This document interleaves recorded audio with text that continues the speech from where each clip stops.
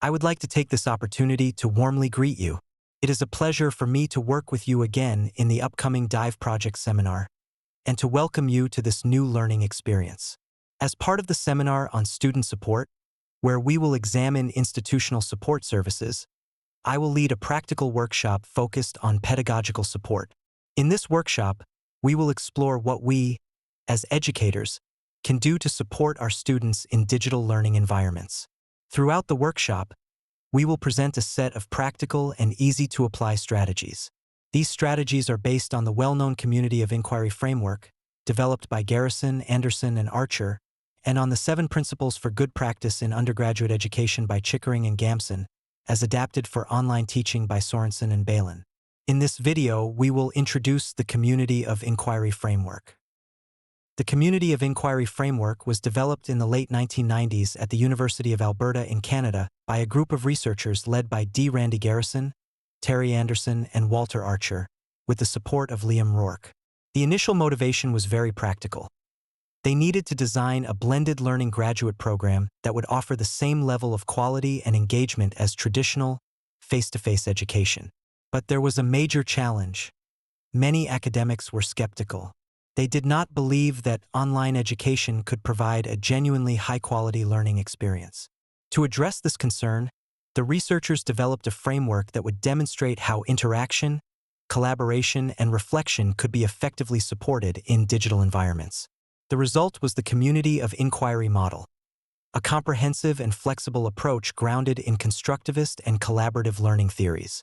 Let's now look at the core structure of this model, which is based on the concept of presence. Now that we know where the Community of Inquiry framework comes from, let's take a moment to understand what it actually is.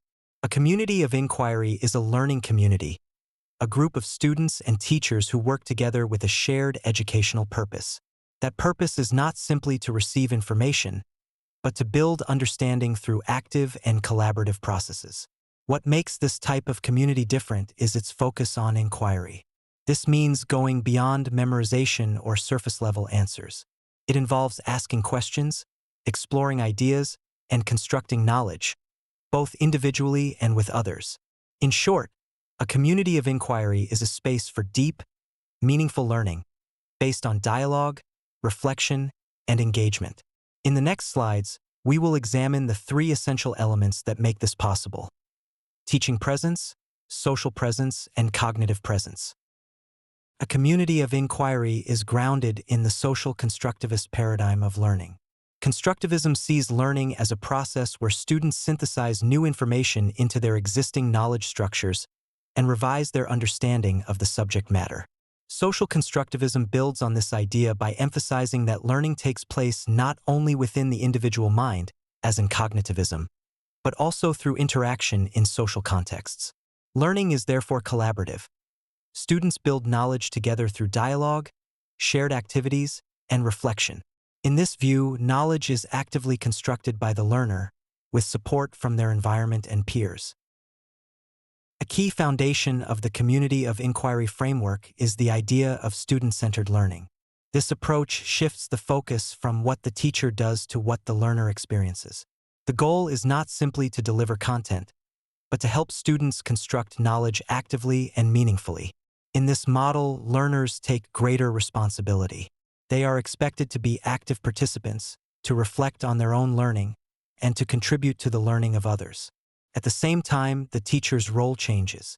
Instead of being the sage on the stage, who transmits knowledge, the teacher becomes a guide on the side, someone who designs rich learning experiences, facilitates interaction, and supports inquiry. This approach aligns perfectly with the Community of Inquiry model, where teaching, cognitive, and social presence are all directed towards engaging students as co-constructors of knowledge. In the next slides, we will explore the core principles that help us apply the Community of Inquiry model effectively in practice. Let us summarize the key principles that support the use of the Community of Inquiry framework. First, learning is seen as an active process. Students are not passive recipients of content. They construct meaning based on their experiences and prior knowledge. Second, learning is also collaborative. Students and teachers interact, share ideas, and build knowledge together. But learning is not only social. It also has an important individual dimension, requiring time for reflection, critical thinking, and self-regulation. In addition, both students and teachers have social and emotional needs.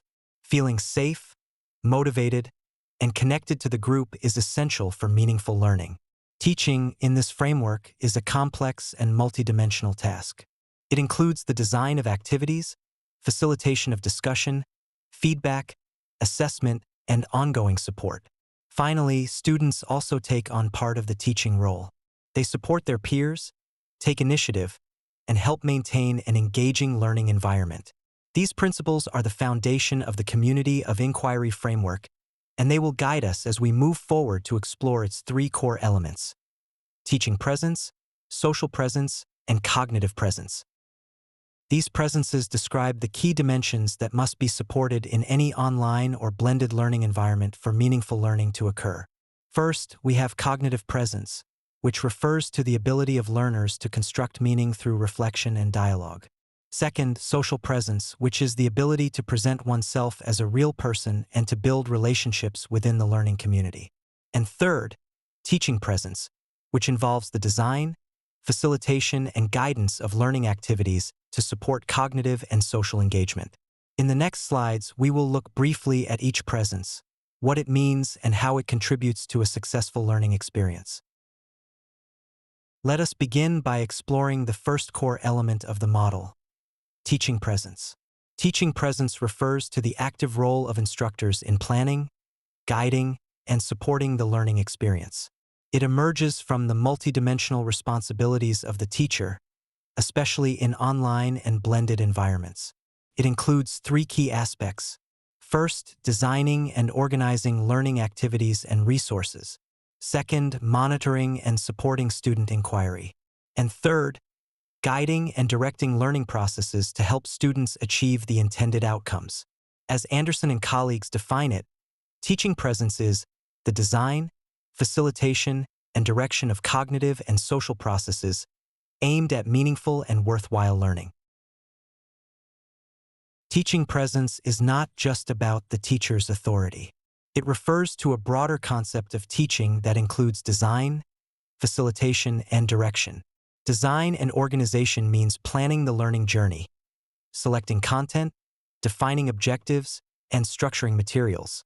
Facilitation involves supporting students' participation, creating a positive climate for dialogue, and offering formative feedback. Direct instruction means explaining key ideas, providing guidance, and keeping discussions focused on learning goals. These roles are dynamic and interrelated, and they are especially important in digital learning environments, where the teacher's presence is not always visible. One of the most important ideas in the Community of Inquiry framework is that teaching presence is not limited to the teacher. Students also play a role in supporting one another's learning. For example, they can give feedback, suggest resources, or help clarify doubts during a group activity. When students contribute in this way, we say that teaching presence is distributed. This means that the responsibility for supporting learning is shared among all participants, making the community more active and engaged. This distributed presence is a key feature of successful online learning communities. Let's begin by exploring what we mean by social presence, or SP. According to Swan, social presence refers to the extent to which participants feel socially and emotionally connected during online learning. This connection is essential for building a sense of belonging and trust among learners, especially in digital environments where physical cues are often missing. We can define social presence through three key abilities. To identify with the learning community, students need to feel that they are part of a meaningful group with shared goals. This identity reinforces engagement and motivation. To communicate purposefully in a supportive and trusting environment, effective learning requires clear, intentional communication. In online settings, we must create spaces that encourage interaction and openness. To project their personality and build relationships, participants should be able to express themselves authentically, which helps in forming interpersonal connections. And why is this important? Social presence plays a crucial role in creating trust and professional relationships, which are essential for collaboration and effective learning. Without it, learners may feel isolated, and the quality of their learning experience can suffer. We'll return to this idea later when we look at how to intentionally support social presence through course design and communication strategies.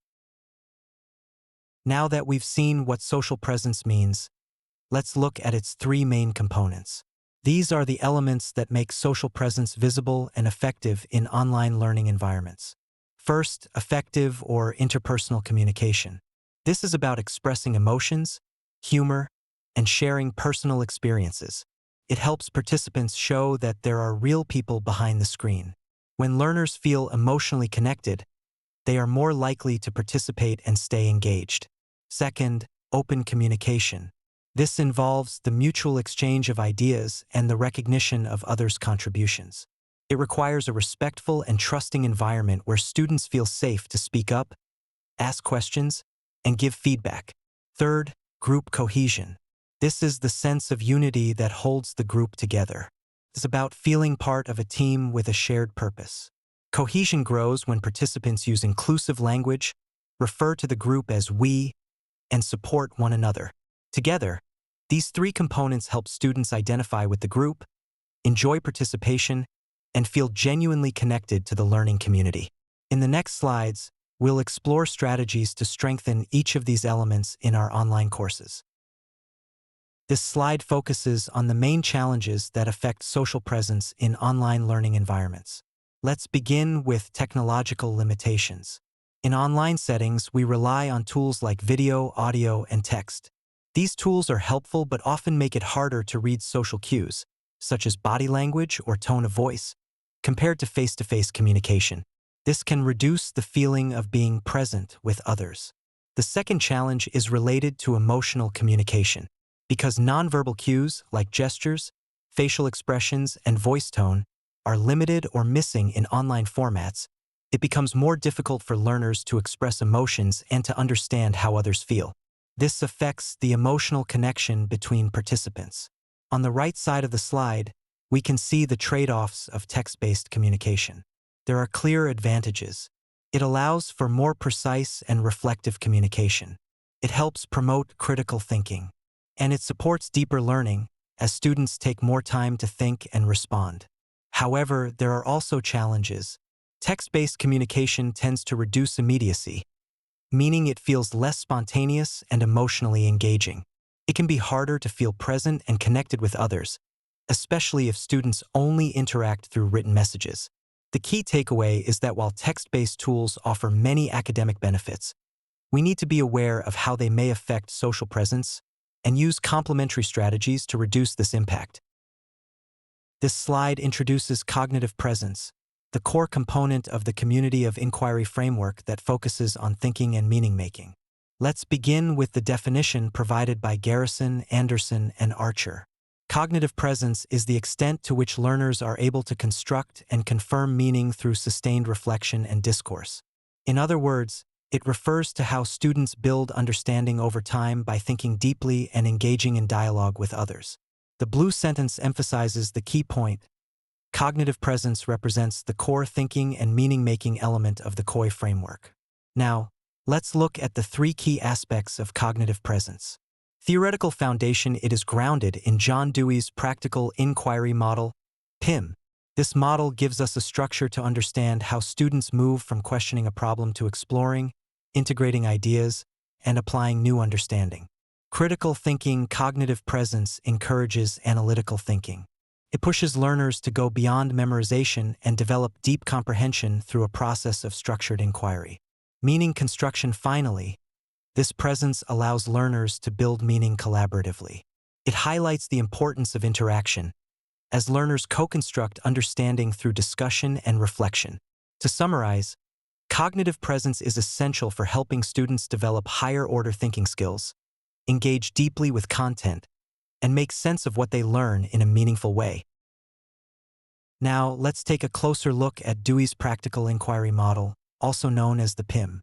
This model provides a clear and structured way to support reflective and critical thinking, especially when solving problems in learning environments. The model consists of 4 stages. Triggering event.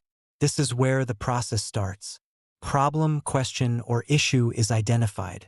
The key here is that learners recognize that something needs to be explored or solved. This stage sparks curiosity and inquiry. Exploration.